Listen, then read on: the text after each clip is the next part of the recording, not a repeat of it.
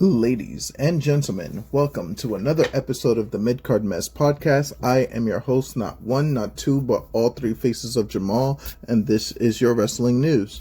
So, we're coming off the back of AEW Wrestle Dynasty, but I'm also going to give the Collision results that happened after AEW Dynamite and everything like that, because this is the first Collision of the new year. It ties into what's going on with AEW and the Wrestle Dynasty as well. And, you know, it's day 2 for New Japan for their big event, because they had Wrestle Kingdom 19, which I explained in the last episode. So if you want to know about Wrestle Kingdom 19's results, go listen to the last episode 109, for real this time. Anyway, back to episode 110, which is this one right here. I will be explaining AEW Collision results first, and then working my way into Wrestle Dynasty. As a disclaimer, please, if you have not watched it yet, and if you're watching or if you're listening before 8 o'clock p.m. Eastern Time right now, please do not listen to this until after you've watched the event. But if you do want to be spoiled, and if you do want to know that the results, there's a lot of spoilers that's going to be happening right here, right now. I watched the telecast in Japanese, which is why I got this information, but you can watch the English broadcast 8 p.m. Eastern Time on Triller TV and anything that AEW has on Max as well. So if you want to avoid spoilers, please do not listen right now. Just wait until after, and then you can listen afterwards. So with that being said, AEW Collision. This is the big deal because it's the first Collision of the new year, and then they had a bunch of matches that's here. You basically had the main event, which was Chris Jericho, Big Bill, and Brian Keith, the Learning Tree, versus Rated FTR. That was a matchup. And then you also had the TNT Championship on the line, Daniel Garcia versus Mark Briscoe. And then another big title match that also happened was the AEW World Tag Team Championships, with Private Party facing Action Andretti and Leo Rush. So the first match on the docket was actually Mark Briscoe and Daniel Garcia, the champion, the TNT champion, and they had a match for, like, you know, it was a little solid match. I mean, like, you know, Mark Briscoe still trying to solidify himself as a singles competitor. Obviously, the death of Jay Briscoe, rest in peace, Jay. You know, he's trying to basically solidify himself as one of the better single wrestlers and stuff like that. So he just wants some AEW gold, which happens to be the TNT Championship. But Daniel Garcia just got that motherfucker. And, you know, he's trying to, you know, represent AEW as best as he can as well. So you got one of Ring of Honor's best versus one of AEW's best going at it for a championship. In the end, Daniel Garcia retains. He, you know, got a little roll-up pin. It was kind of crazy. The time limit was almost up, and then he ends up getting the victory real quick, easy peasy lemon squeezy. But at the end of the day, like, you know, Mark Briscoe knew that he just needed a couple more minutes to try to seal the deal. So they might run that back. It was a good match. Yeah, Daniel Garcia picks up the victory. Jon Moxley came on, and then he was talking about how Adam Copeland and what he's done in his career, but if he's walking down the road, he won't find anything else but hell on earth, which basically, like, he was just basically saying, you know, he respects Edge as a legend, he respects Adam Copeland's career, but at this point in time, at this point of their careers, like, it's a whole different Jon Moxley that he's dealing with. So, you know, Rated FTR versus Death Riders is going to be an inevitable match that's going to happen. And, you know, one day Adam Copeland might be gunning for the AEW championship, and then, you know, Jon Moxley's just going to have to face the music and then see what's going on. But as we continue, we have a second match, which is coming off the back of Jeff Jarrett announcing that he's not going to retire just yet. He wants to actually go for gold, AEW World Championship. And again, like I said, like, Jeff Jarrett is a legend in this business. He held TNA down for a long time. He's a WWE Hall of Famer. There's nothing else that you need to do. Pack it the fuck up, please. Get him out of here. Like, you know, it was nice seeing his match with Aaron Solo, and freaking, he hits the stroke. Like, it's always good to see Jeff Jarrett hit the stroke, hit the strut, and all this other stuff. But like, seeing him in the ring, I'm just like, I don't see him competing with MJF's. I don't see him competing with John Moxley's, Swerve Strickland's, and like, I don't want to see him fucking die in the ring, bro. Like, and it's not as bad as like a Ric Flair or a Hulk Hogan going in the ring, but Jesus Christ, man, like, you're done, you're finished, you've done enough, it's over, pack it up, please, for the love of God, Jeff Jarrett, please, you're done, you're finished, finito. I mean, this is not a Dustin Rhodes situation, which I will be talking about later in the results of Wrestle Dynasty. But at the same token, it's just like, damn, man, like, when is enough enough? The next match on the docket of AEW Collision was the AEW World Tag Team Championships on the line with Private Party and Action Andretti and Lio Rush. Now, this match was, as expected, a high-flying affair.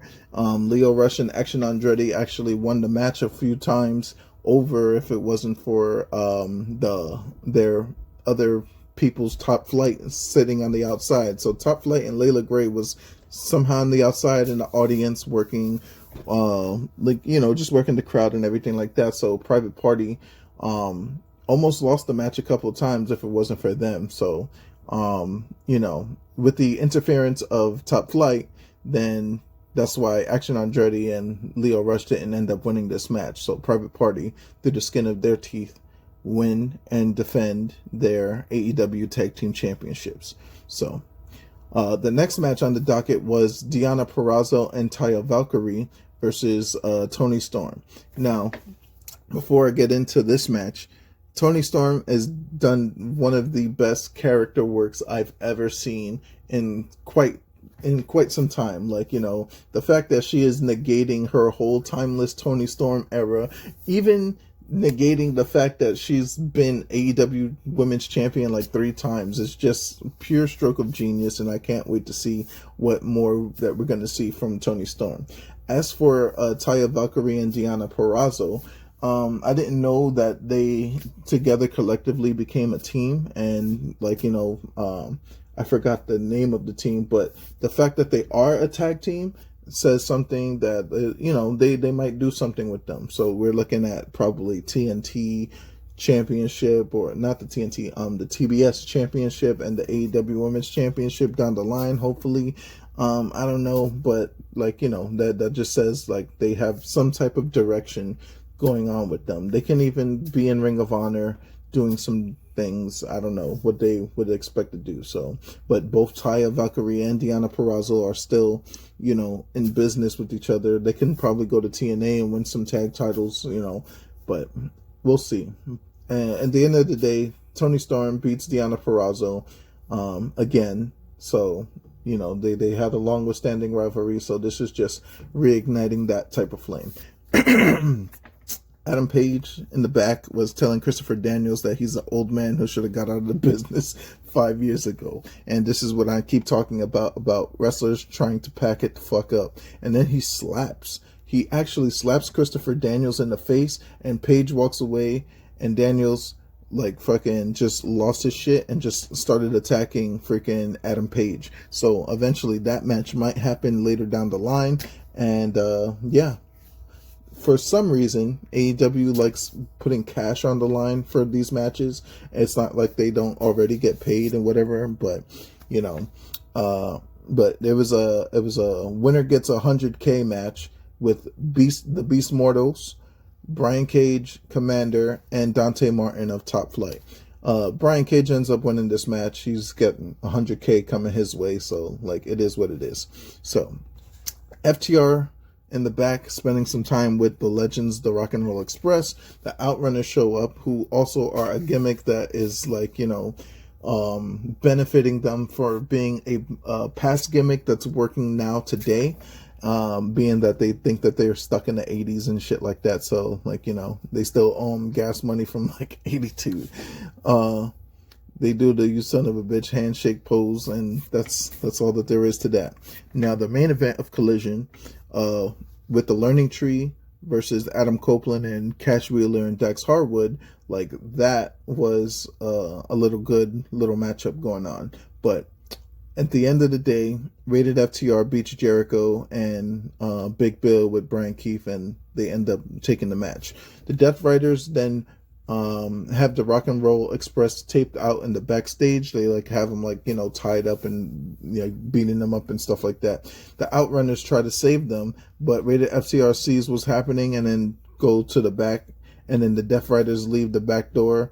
FTR arrive to free those guys, but before going off that, they go after John Moxley and them after that. So like it could have ended bad for Rock and Roll Express, but the Death Riders are gonna keep doing these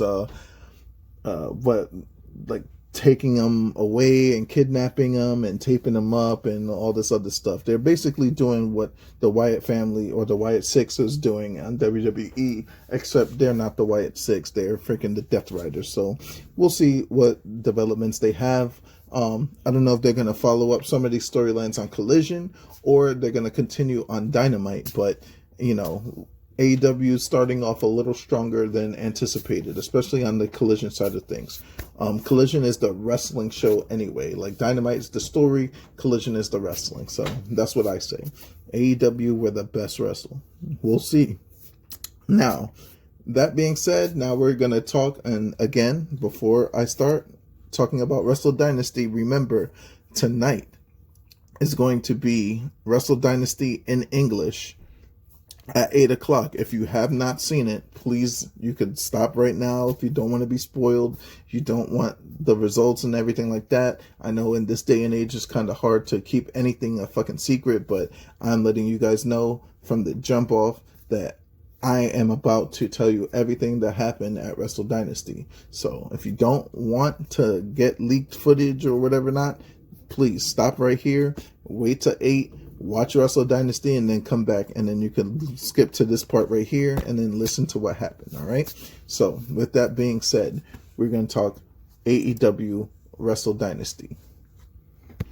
So Wrestle Dynasty was hosted at the Tokyo Dome, same arena that Wrestle Kingdom 19 was hosted, but it kind of looked a little bit light, but that's because obviously it's like a 2-day back-to-back kind of thing and stuff like that, so it will fill up a little later. And besides, the Tokyo Dome is a fucking huge-ass place. It's not going to fill, like, even Wrestle Kingdom didn't fill up the whole fucking arena, but, it's still a lot of people. Like, looking at it from the scope that it was in, looking at it doesn't do justice how many people are actually in that fucking arena, because you see trickles of fans up on like the nosebleeds and stuff like that, but like the size of the people that's inside of the Tokyo Dome, like it doesn't do it justice how big the Tokyo Dome actually really is. So there's mad people there. It's just spaced out with time and stuff like that. So the first match on the docket was part of the quote-unquote pre-show, where Momo Watanabe, Willow Nightingale, Persephone from CMLL, and Athena from Ring of Honor went, and they had their International Women's Cup Fatal 4-Way match. There's a lot that happened in this match that I recommend that, if you do like women's wrestling, this is one that I recommend that everyone would watch. All 4 women did their damn thing in this match, and I have to say, didn't know who Persephone was from CMLL, but I freaking do now, and she looked like $1,000,000. I mean, the bridges that she was doing with her Northern Light suplexes and her German suplexes and any pinning combination, she has that bridge down pat.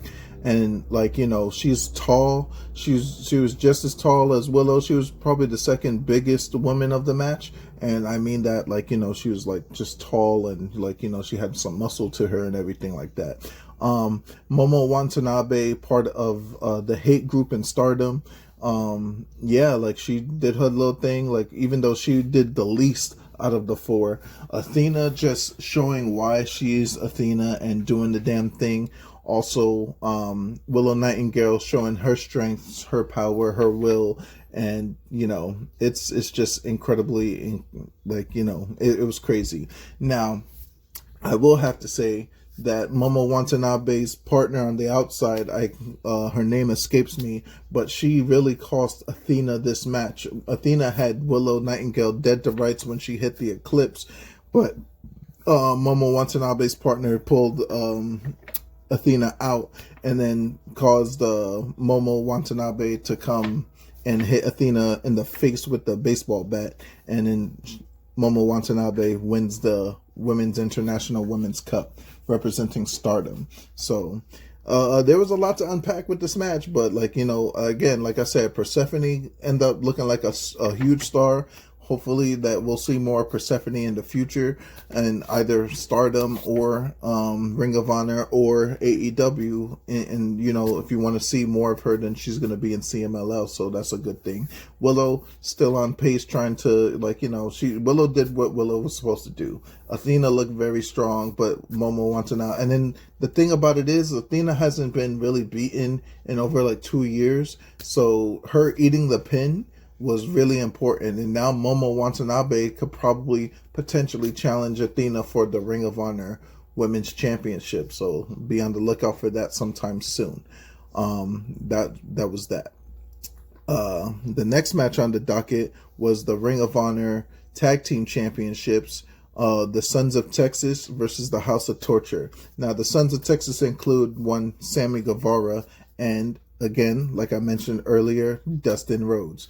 Now, Dustin is a case of somebody that's old that should have packed it up a long time ago, but he's like a Shawn Michaels in this case, where he just got better with age. And, even though he's looking lanky, he's looking skinny and stuff like that, he's not as muscular as he used to be. It was great to see that he could still keep up with a guy like Sho, a guy like Kanahamaru. So that was really good to see. House of Torture did their thing in this match. They stepped on the Ring of Honor Tag Team Championships. They distracted the ref. They did underhanded, dirty tactic ass shit, but at the end of the day, the Sons of Texas, Sammy Guevara and Dustin Rhodes wins and retains the Ring of Honor Tag Team Championship. A sidebar here: the outfits that freaking Sammy Guevara and Dustin Rhodes had. Sammy Guevara had the Wolverine trunks, and then Dustin Rhodes had the Deadpool. That was a nice little touch. I like that. So shout outs to them. They won and retained the Ring of Honor Tag Team Championships for the night.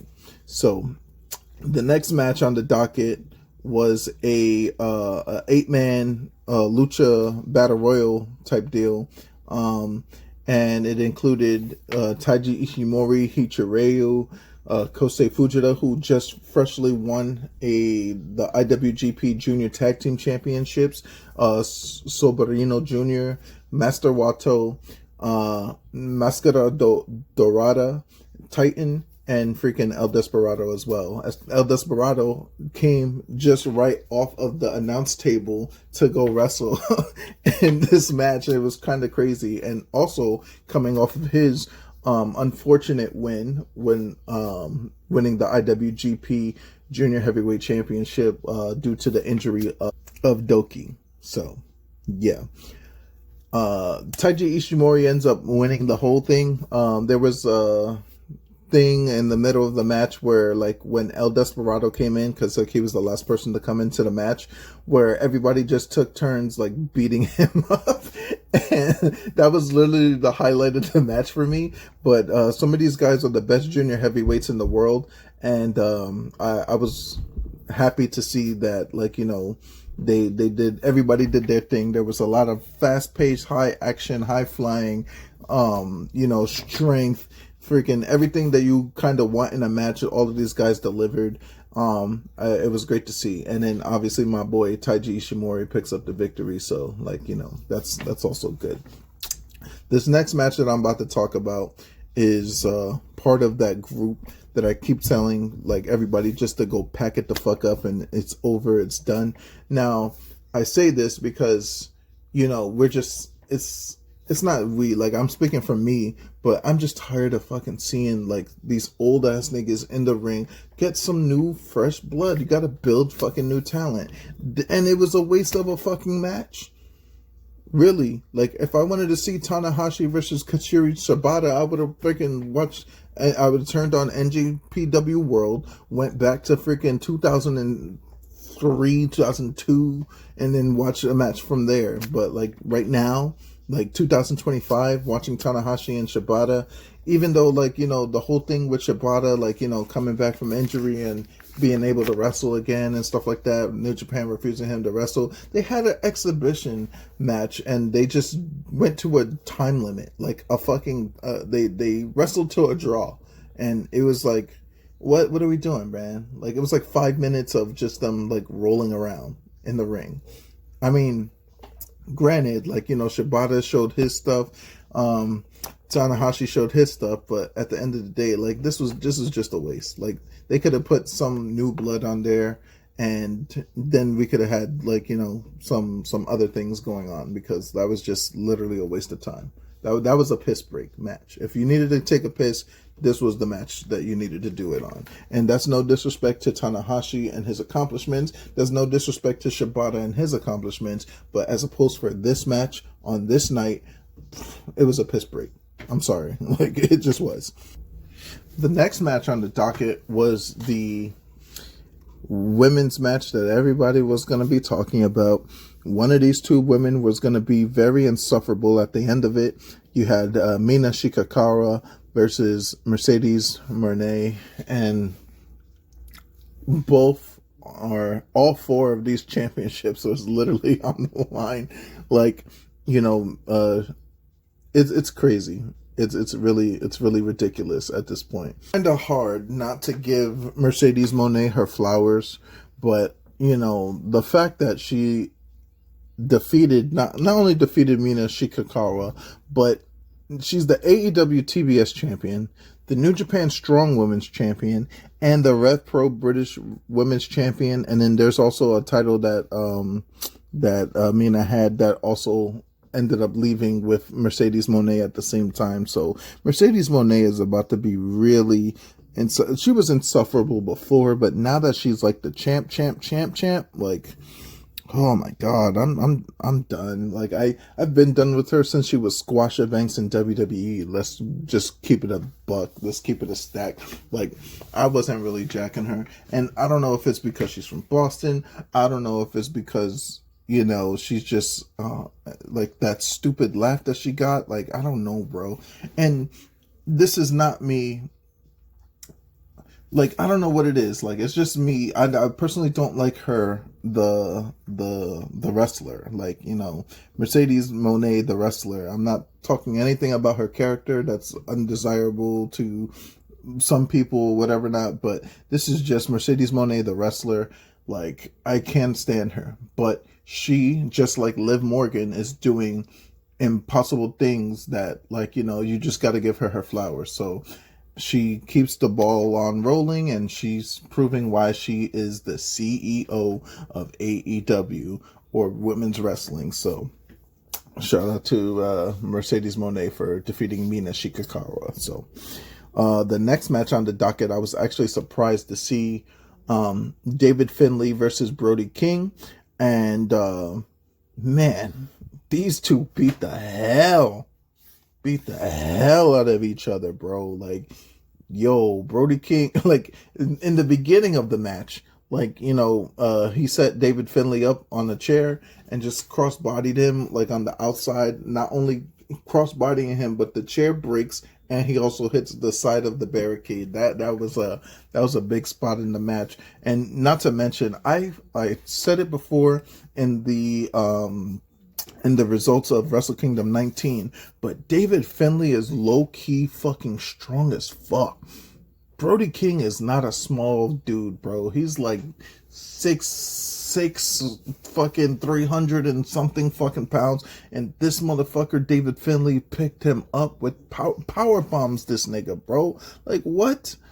He's sitting there tossing the nigga. He power bombing, bro. Like, get out of here, bro. Like, it's expected Brody King to be tossing David Finlay around, but the other way around, like, jeez, David Finlay is really fucking strong.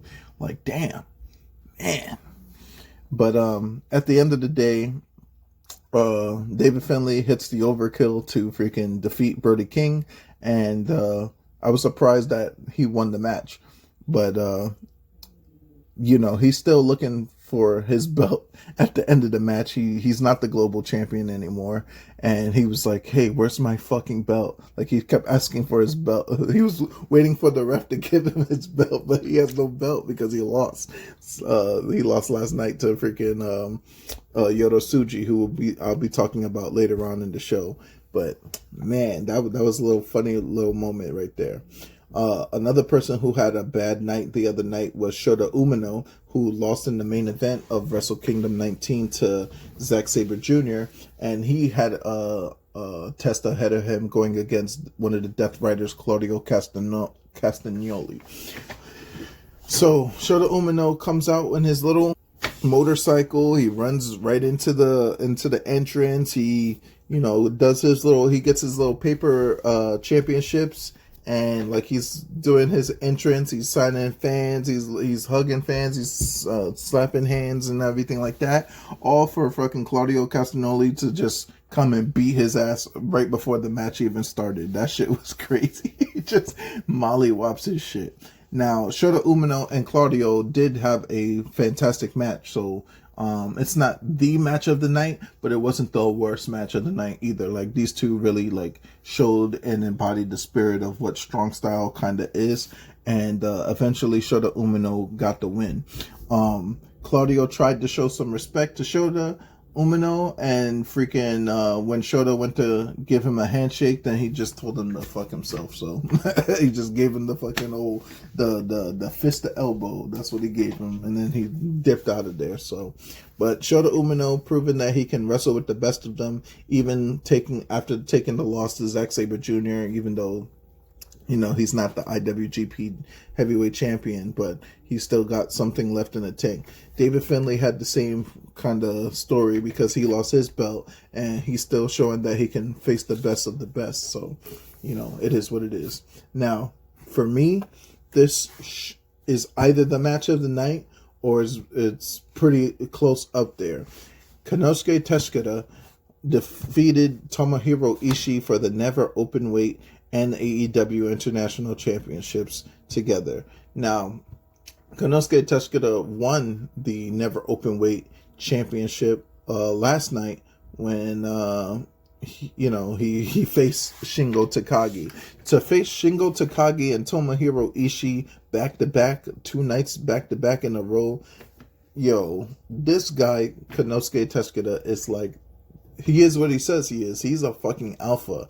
And when I tell you the things that this man has done in this match, like, I'm not taking a forearm from him. I'm not taking a boot. I'm not taking top rope moves, a chop. Like, he's just the all-around complete packager at this point. And it's not like, he's like a shit brick house. Like, he has abs and shit like that. I mean, he's fucking big. He's massive. He's strong. He's tall. He's like, he's not a bad looking dude. Like, he's just doing the damn thing. And Don Callis is raking it in, raking all the money, all the endorsements, fucking got the backing and all of that. So Konosuke Takeshita is going to be one of those people that we're going to be talking about for a very, very, very long time. The man is still young. Like, he's like 22 or 23 years old or some shit like that. So that motherfucker is doing big boy things right now. It kind of reminds me of what Okada did when he came back from Excursion and then became the Okada that we know and love today. So, watch out for Konosuke Takeshita. He's going to be a superstar, a big, big, huge star at the end of the day, coming soon your way. All right, so back to the people who needs to pack it the fuck up. The Young Bucks. The Young Bucks challenging for the IWGP Tag Team Championships. you had two teams here, Los Ingobernables de Japón, represented by two people who faced each other at Wrestle Kingdom 19 last night, which is Tetsuya Naito and Hiromu Takahashi. They beat the hell out of each other, which probably is the reason why they didn't, end up taking home the gold. But then you had Great-O-Khan and Jeff Cobb, who has wonderful chemistry together, but obviously Great-O-Khan was tag team championships with Aaron Hanare, who is injured and he couldn't compete, so the chemistry is like not all the same. So I think the reason why the Young Bucks ended up becoming the IWGP Tag Team Champions again was because of the chemistry. Literally, that's it. Like, chemistry is what took them together. I know that Naito and Takahashi won World Tag League, but it's not like Hiromu is a goddamn junior heavyweight. Naito is a heavyweight, so they don't really tag too often, and when they do tag, it's in like 6-man or 8-man tag team matches, because New Japan is known for all those like group type warfare kind of matches type stuff. So, but the Young Bucks come back to Japan for the first time in forever, and then they win the IWGP Tag Team Championships. Eventually, as EVPs, they gotta fucking pack it up too. It doesn't look like they missed a step though. I was watching and I was just like, damn, what if the Young Bucks came over to like WWE and wrestled the Usos just like one time? Like, I would just like to see that one time for the one time. So it is what it is, man. Like, you just had to be there, or you just had to know that the Young Bucks, they're one of the best tag teams in the world. Like, I can't front. Like, you know what I'm saying? I'm not gonna say that they are the best, because there's so many others out there. Like, there's just so many others out there, but they are one of, if not one of the best tag teams in the planet right now. So yeah. The next match on the docket was Yota Tsuji, the new IWGP Global Heavyweight Champion, versus the Scapegoat Jack Perry for the Global Championship.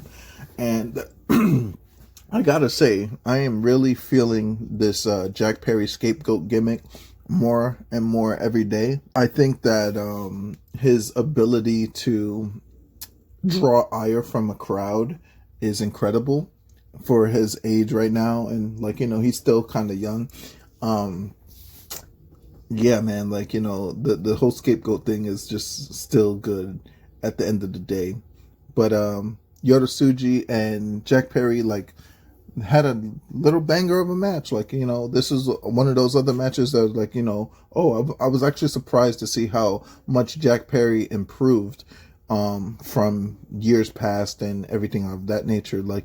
He really held his own against Yota Tsuji, but the Gene Blaster from Los Ingobernables de Japón really solidified himself with his first title defense as he defeats Jack Perry for the IWGP Global Heavyweight Championship. So, we'll be seeing more of the Gene Blaster later on. And hopefully, Naito secures him well, and, everybody from Los Ingobernables de Japón, they do, help nurture him to be the champion that he's destined to be. And, I can't wait. The next match on the docket was one of the matches of the night, if not the match of the night, with Kenny Omega and Gabriel Kidd. Now, like I said, man, Gabriel Kidd is one of my favorite wrestlers right now because he doesn't give a fuck. He doesn't give a fuck.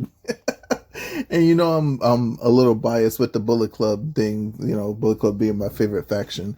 But at the same time, it's just like this kid, Gabriel Kidd, I've watched Gabe Kidd come from literally nobody in WCPW, beating guys like Mark Kirby, Joe Hendry, Joe Coffey, Kurt Angle, fucking back in the WCPW days, that company's not even around anymore. But I've seen him go from that to being a young lion in New Japan, in the dojos of New Japan, and even when he was a young lion, he was this way. So for the fact that, like, when David Finlay picked him up from obscurity and, took him from excursion and everything like that, Gabe Kidd is showing his true colors and being one of the best professional wrestlers in the world right now.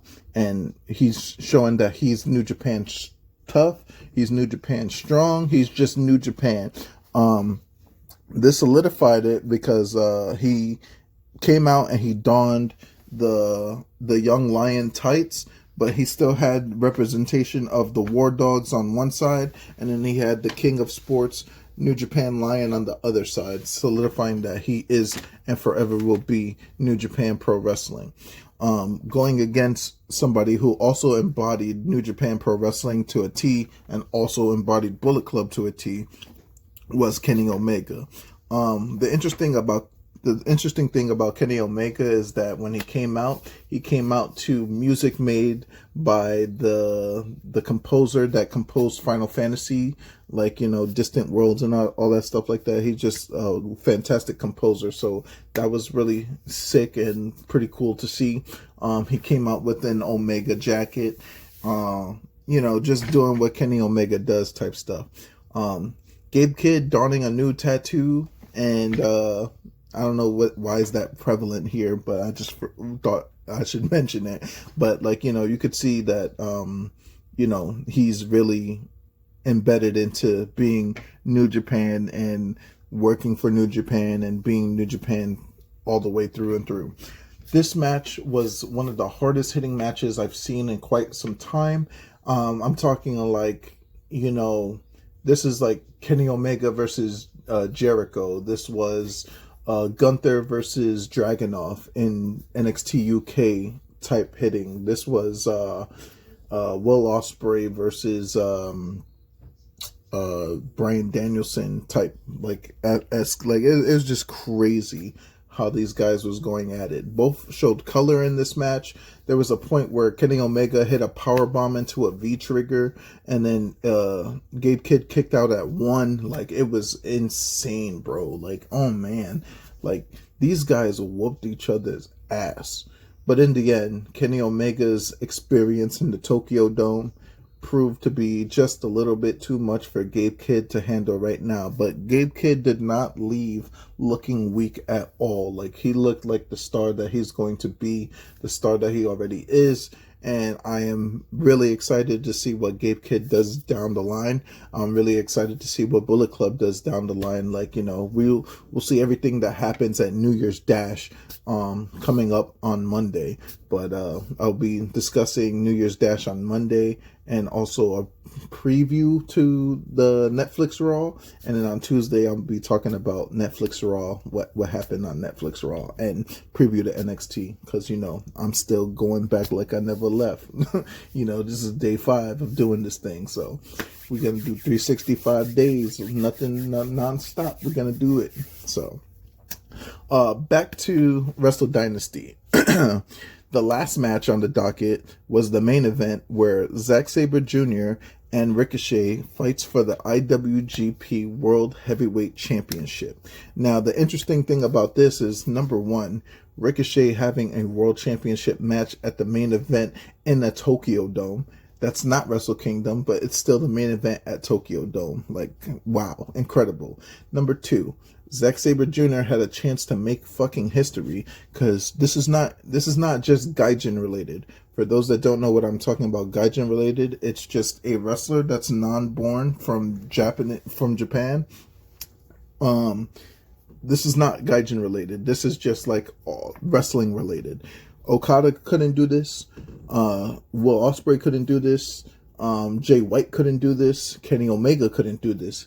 And what he was going for was to walk into Wrestle Kingdom as the champion, walk out of Wrestle Kingdom as the champion. Like, walk in and walk out. Like, some people couldn't fucking do that. Like, you know what I'm saying? Like, it's been quite some time. And another thing, like I said, about Wrestle Kingdom 19 was it was a new showcase for a new event. Like, there was no Okada in the main event, there was no Omega in the main event, there was no Tanahashi's, no fucking Kota Ibushi's. There was like no, like, this was brand new. It was Shota Umino and Zack Sabre Jr. But that was last night. If you want to know more about Wrestle Kingdom 19, listen to the episode prior to this one, Midcard Mess Podcast episode 109, for real this time. Ricochet ends up coming out first, and you know, he has his big entrance. He had his like little what's it like? It's almost like Attack on Titan robe. He has like a little robe on or whatever not. So like, you know, he was ready for his match. After that, Zack Sabre Jr. comes out with the whole TMDK that's in Japan, albeit from like Mikey Nicholas and Shane Hayes. But you know, he's got his whole TMDK crew out there with him. But before he even enters the ring, Ricochet fucking interrupts this nigga and just fucking flies across. And Ricochet did mad high flying moves, and he was just being the aggressor the entire match. There was a point in the match where Zack Sabre Jr. freaking and Ricochet was on the ground on the mat, and they were already exasperated from like submissions and high flying and everything of this nature. But then they just started slapping the shit out of each other.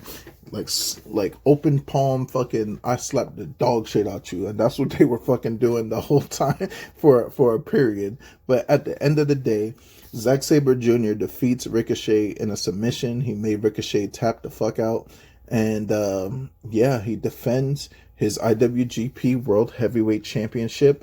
And he's literally the only person, not Gaijin related, but like just person and at all in the history of history, to walk into Wrestle Kingdom as the IWGP champion, do another event back to back, and then walk out as the IWGP World Heavyweight Champion. So he did a little speech at the end and just basically thanked New Japan. He thanked Japan as a whole. He says he loves his country. He loves his group, the Mighty Dope Neil. He had the TMDK crew wrap around him and then everything like that. And he says the future of New Japan is fucking orange.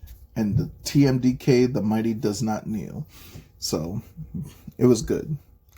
For those, again, like I said, you know, if you want to watch it again, or if you have watched it and then you want to watch it again in English, that's going to be coming on later tonight at 8 o'clock, as today is January 5th. Sunday, January 5th. I'm recording at the time of 2:35 right now. So if you want to watch it in English, you can wait at 8 p.m. Eastern time to go watch it. And then if you already seen it, then like you already know the vibes of everything like that. Be on the lookout for tomorrow's episode. I will be previewing Monday Night Raw. I will also be talking about New Year's Dash. New Year's Dash is New Japan's like first show of the new year. That's not like a pay-per-view type deal. So this is like more new rivalries, new storylines, new everything. So I'm just excited to see what's gonna end up happening. And as I said, I'm going to be continuing my coverage of wrestling for the entire calendar year. I'm already at day 5. Tomorrow's going to be day 6. Next day is going to be day 7. And we're going to continue all the way to the end of the year on December 31st. 2025, all the way back into the new year of 2026. I'm going to make it. I'm going to do it. For those that don't know, you can find this platform on SoundCloud right now, and I'm also posting it on YouTube until I get better videos and everything like that. Special shout out to my boys, the Sharpshooters. Listen to their stuff. They also post coverage on AEW, WWE, NXT. Shout out to the Jobberteers podcast. They do their thing, whenever they drop. You can follow them on Instagram and YouTube and all of that. Ring the Bell podcast. You can listen to that. That's the British Wave over there. My boy Ross Bell doing the damn thing. You can listen to them on Spotify and I believe YouTube. Yeah, man, like just support pro wrestling, support podcasters, support all of us together. Like we just gonna make things mad big and stuff like that. Just so that way you guys know, on the 25th of January, I will be doing a tryout for House of Glory Wrestling. So I'm going to probably do an episode of I believe that's going to be a Friday night SmackDown. So I'll do the SmackDown episode and then go do my tryout, and then Sunday's episode will be the results of my tryout to see if I did well or failed, or it's going to be the results of that. And I'm also going to be covering House of Glory that night as well. So any independent wrestling shows that I go to, or any shows that I haven't seen, we're talking anything. GCW, Ring of Honor, NWA. Like, I'm gonna try to keep up with as much as I possibly can. Dragon Gate, Stardom, TJPW, which is the Top Joshi Pro Wrestling. Like, it does not matter. I'm going to be covering wrestling every day for this calendar year, and I can't wait for you guys to listen and join in with me. All right, I'll see you guys on the next one, and peace.